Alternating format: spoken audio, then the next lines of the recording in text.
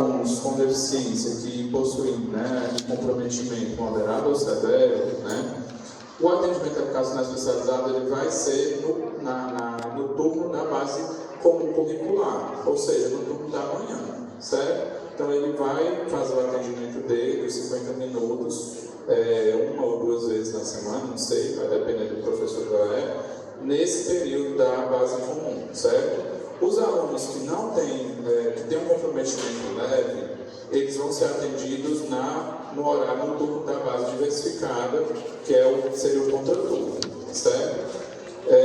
Fora isso, assim, outros atendimentos, né, que as crianças fazem, as terapias, psicólogo, fome, enfim, né, isso também vai ser dialogado, né, tudo isso aí é dialogado também com a família, tá, da escola com a família, inclusive desses atendimentos fora da escola, né, precisa ser conversado para que haja essa flexibilidade que a gente sabe que é necessário no caso dos estudantes com deficiência, né? A gente sabe das necessidades desses alunos, então isso precisa ser dialogado, conversado e flexibilizado. E a escola também pode pedir que a família traga a declaração daquele local que ela faz atendimento terapêutico, deixa na faixa da criança para que fique tudo ok, né?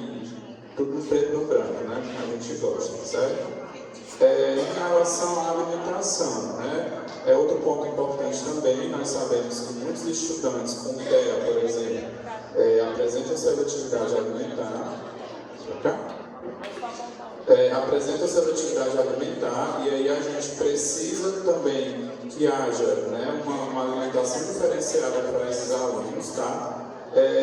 Quando a escola, é importante conversar com a família, né, primeiro, saber o que a criança pode comer e consegue comer, e isso ser conversado com a família para que a escola possa também adaptar esse cardápio, certo? Se for algum caso que a criança não consiga comer, né, a comida da escola, aí a família vai ter essa opção de levar o almoço, né, ou até mesmo de vir almoçar em casa e voltar.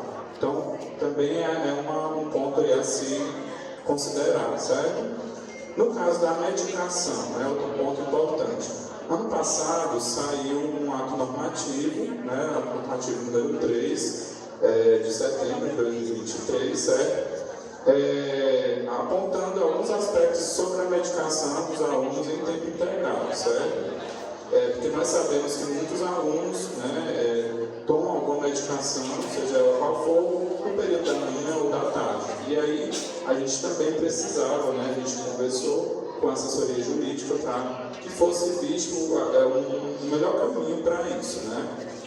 E aí foi publicado esse ato normativo. É importante que vocês tenham acesso a ele no Diário Oficial, certo? Acho que foi de 11 de setembro de 2023. Lá consta, né, o termo de responsabilidade, certo? Que a família vai precisar assinar também. Está nas diretrizes, né? Pronto, está nas diretrizes, certo? O termo de responsabilidade, e o ato está no Diário Oficial. Então, vocês consultem o ato, vejam lá direitinho, porque existem aí alguns detalhes que precisam ser vistos e considerados, né? Mas, assim, gente, a ideia é fazer a coisa fluir bem, certo? Não precisa se desesperar, porque a gente vai dar a medicação da criança na escola, meu Deus. Não, a gente fazendo isso com cautela e dentro da lei, não tem por que ter medo, certo? E a gente quer viabilizar as coisas, né? A ideia é fazer a coisa fluir melhor para todos. Mas em casos que a família queira dar essa medicação na escola, não tem problema, né? Ela pode ir e dar lá a medicação, mas se ela, né, tiver essa opção de querer que a escola, né, dê essa medicação, algum profissional, aí ela vai assinar esse termo e vai ser respeitado tudo que precisa estar lá no ato normativo, tá bom? Então a ideia é fazer a coisa acontecer, certo? Rogério vai dar continuidade. Obrigada, Tiago. Bom, minha gente, é muito importante que vocês estejam atentos e atentas a esse ato normativo e ao termo de responsabilidade que o Tiago explicou aqui, né? Eu espero que todos vocês tenham compreendido, mas qualquer dúvida, né, é só entrar em contato conosco, tá certo? Bom, então nós vamos conversar um pouquinho agora, e o Tiago vai fazer as complementações que forem necessárias e que talvez eu possa esquecer de colocar para vocês. Nós vamos falar sobre o plano de ensino individualizado, que deve ser implementado esse ano de 2024 para todos os estudantes com deficiência. É bom que vocês fiquem atentos, porque nós estamos falando de ações que são inéditas, que serão implementadas esse ano. Então, é importante que vocês nos escutem, né? Tenham essa atenção, porque são coisas novas, né? Com relação ao tempo integral e também com relação ao plano de ensino individualizado. O plano de ensino individualizado já é utilizado em alguns municípios. E nós tínhamos, eu peço silêncio porque é algo muito importante, né, para que depois a gente não tenha dúvidas das quais a gente já explicou aqui. Então, o plano de ensino individualizado, ele vem sendo implementado em muitos municípios. Nós ainda não tínhamos implementado aqui por conta mesmo de algumas questões internas, né, e também com relação às escolas. Mas nós chegamos no nível, né, de necessidade, inclusive de não só sugestão, não é, Cida, mas de mesmo determinação do Ministério Público, que o plano de ensino individualizado ele tem que ser implementado para todos os estudantes com deficiência. Então, se o professor em sala de aula tem 5 estudantes com deficiência na sala, ele vai ter que preencher lá a parte que lhe compete, né, do plano de ensino individualizado. Não só preencher, estou falando preencher porque a gente vai ter um instrumental próprio para esse plano de ensino individualizado que a gente chama de PEI. Mas porque é uma necessidade, é um direito do aluno, não é? Porque até então a gente deixava o professor bem ciente dessa necessidade, mas que ele poderia fazer as adaptações e adequações das estratégias, da metodologia, e lá no plano dele geral ele poderia lá colocar como que ele iria diversificar essas estratégias, abordar esse conteúdo de forma que todos os alunos tivessem acesso, inclusive os alunos com deficiência. No entanto, agora, a partir deste ano, é preciso sistematizar isso de forma bem estruturada no PEI. Então, o PEI ele é composto de várias etapas, né? Aqui, no caso, ele vai ter que considerar, pode deixar, ele vai ter que considerar as habilidades que o aluno tem, o nível de conhecimento prévio que ele já tem, a escolaridade, não é? As necessidades, os recursos de acessibilidade que esse estudante ou que essa criança possa precisar, como também as expectativas da família. O que a família vislumbra, o que ela vislumbra, o que ela percebe de necessidade, né, mais urgente, de funcionalidade para a vida daquele aluno, que ele precisa aprender.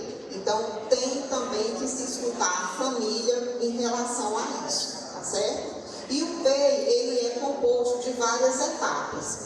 E é um trabalho que deve ser realizado de forma coletiva, o que significa que tem que haver a participação do professor do AEE, do professor de sala de aula, do coordenador pedagógico. Então, nas escolas que têm o AEE, o PEI deve ser realizado pelo professor do AEE, o professor de sala de aula e o coordenador pedagógico.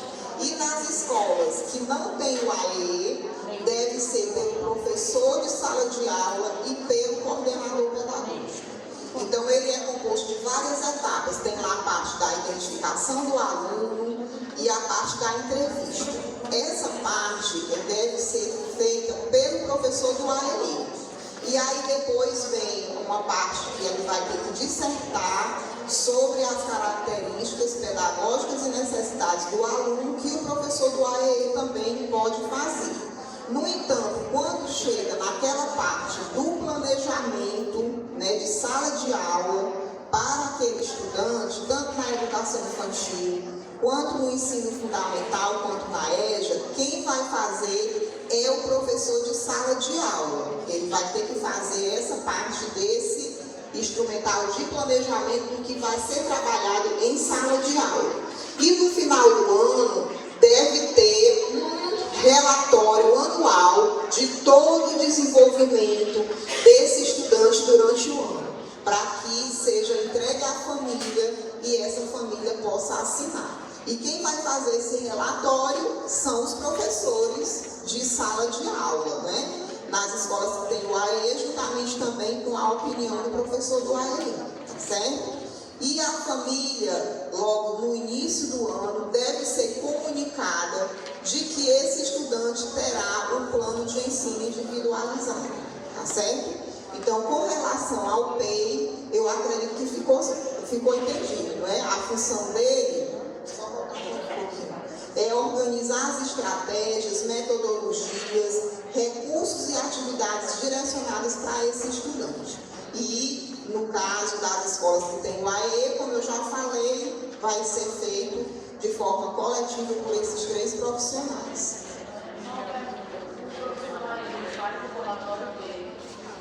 O professor do AE faz um relatório dele separado, porque é um relatório do AE. E o que vai ser entregue à família é o da escola, né, da equipe. O professor de sala de aula, tudo que os professores de sala de aula perceberam e desenvolveram com esse estudante durante o ano, não é? E juntamente também com alguma opinião do professor do AE. Tem que ser construído um relatório final, que é esse que vai ser entregue à família no final do ano. Tudo isso vai estar dentro do sistema da SAP? Tudo isso está nas diretrizes pedagógicas, inclusive o instrumental do PEI, tá certo? No entanto, o Jardilson pretende, né, eu estou até me antecipando aqui, porque é uma ideia dele que eu não sei se vai fluir. Ele pretende lá no Diário Online deixar um espaçozinho para que o professor se expresse de forma bimestral sobre o acompanhamento desse estudante. Mas eu estou me antecipando, mas é porque é uma ideia dele, né? Vamos ver como que vai ficar. Bom, essas são as etapas do plano que eu já falei e que constam todas lá nas diretrizes, não é, pedagógicas, e vai ter lá o link para que vocês possam acessar. Pode passar. E agora nós vamos falar rapidamente sobre planejamento colaborativo. O Thiago vai encerrar. Temos 1 minuto, Thiago. Raquel já está aqui nos mostrando. Gente, assim, em relação ao planejamento colaborativo, né, como vocês já devem saber, é uma ação que a gente vem fazendo, né, nas escolas, certo? Do professor do AE com o professor da sala comum, né? Então acho que agora com o PEI isso ainda vai ser mais fortalecido, vai precisar dessa interlocução, e aí geralmente acontece nas segundas semanas, né? Só que com as mudanças, né, que a gente viu aí no calendário das formações, a gente está vendo como é que a gente vai sistematizar isso, né? Para a gente viabilizar, a gente vai fazer um documento orientando como será, certo? Para que a gente mantenha, né, o trabalho que está sendo feito e muito bem feito, por sinal, mas dentro do que está aí as mudanças, né, no calendário das formações dos professores, né? Então, vocês aguardem aí as próximas orientações, mas entendendo que essa ação ela precisa acontecer e ela terá que acontecer, tá bom?